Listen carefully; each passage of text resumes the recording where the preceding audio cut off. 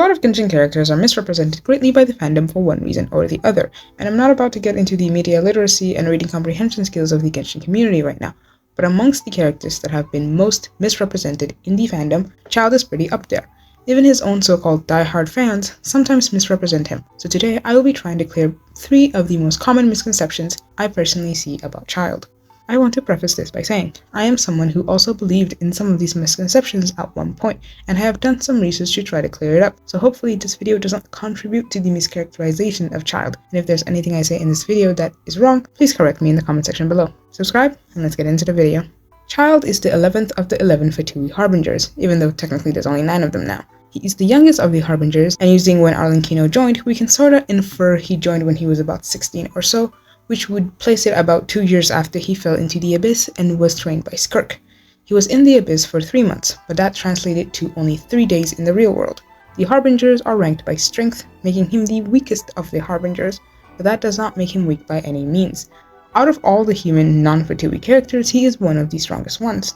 He goes by 3 names: Childe, his codename in the Fatui, Tartaglia, his title in the Fatui, and Ajax, his real name. When it comes to his family, we know about his 3 younger siblings, Anton, Tanya, and Tusser, but it's also implied in his character story that he has older siblings, brothers and sisters, even though he has never specifically mentioned them. Onto the misconceptions. Misconception number 1. He is a bloodthirsty murderer. He wants to kill the Traveler. He's okay with killing innocent people, or something to that effect is how some people view him.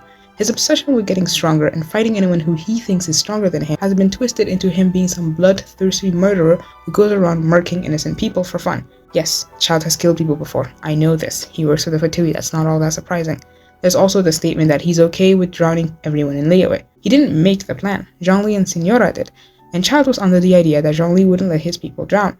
Threatening to drown Liyue was only to bring Zhongli out so he could get Gnosis, which was the assumption that Childe was working under.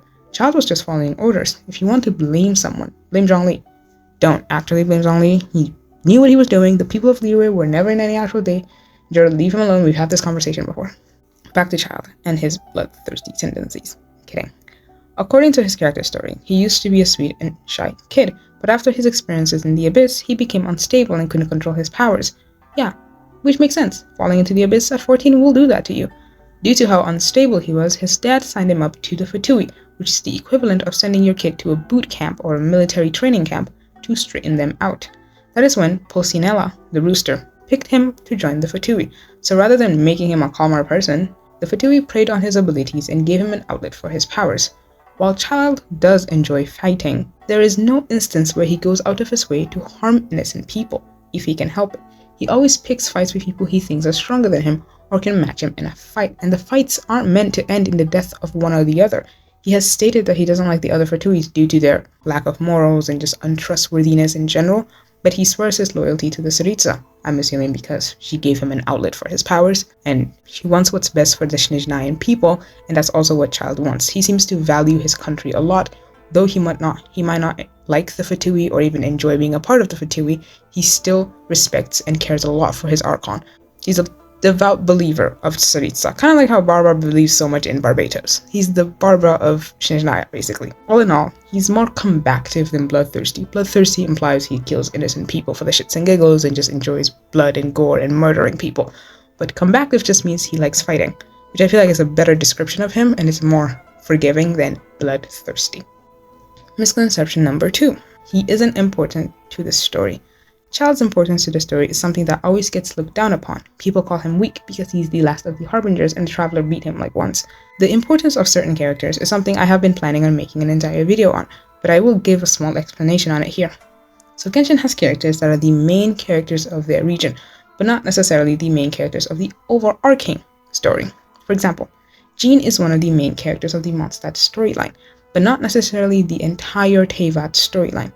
The Traveler, the Archons, the Sovereigns, the Abyss Twin, and Dainsleif are some of the main characters of the overarching storyline, the Teyvat storyline, since their importance pertains to the whole story and not just one specific region. Some Fatui members may also fall into this category.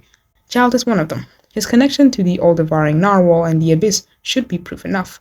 Skirk chose to train him because of his connection to it, Whatever it may be seems like a strong entity that resides in the abyss that was awakened by Childe when he fell in, and the Abyss Order is a very important part of Genshin's entire storyline, and Childe seems to have a very strong connection to the abyss, hence making him important to the entire storyline. He's only getting stronger and stronger, and who knows, maybe one day he will be as close to the Archons, or maybe even stronger than them. Copium, but maybe. His fandom does tend to overhype how strong he currently is though. Just saying, he's strong, but let's be civil now, he's not that strong.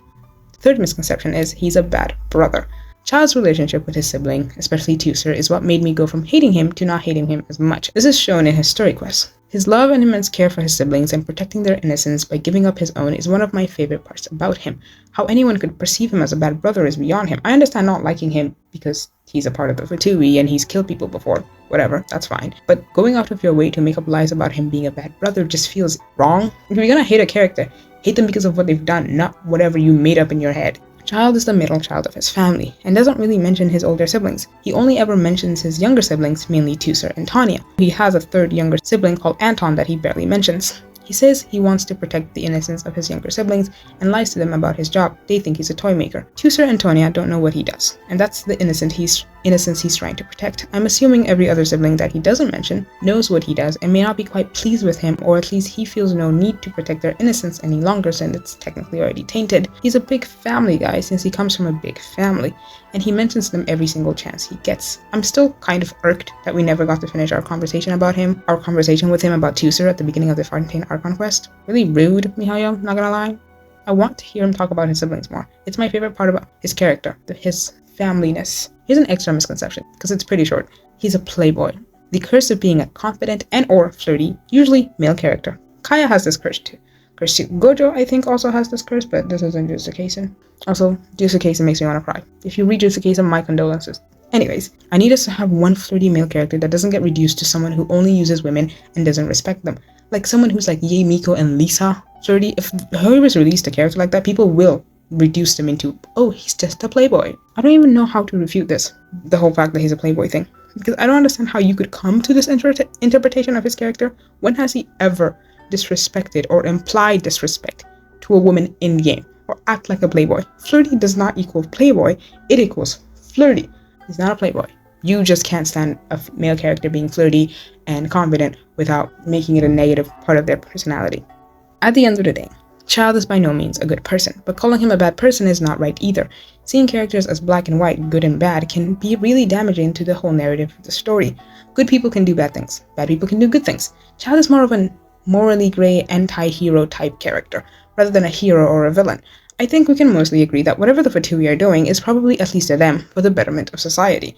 We are probably going to end up joining them in their fight against Celestia. While I can't deny that they're probably evil characters in the fatui, Childe isn't one of them. I have grown to like him a lot more due to his involvement in the Fontaine Archon quest. We are probably not going to see him until Shinshnia though, since he is working on Project Stuza right now. I can't wait to see him again, and hopefully we get to talk to him more, like a lot more. Any other misconceptions that people have about your favorite ginger boy? Comment them down below. That's all I have for today. Subscribe. See you whenever.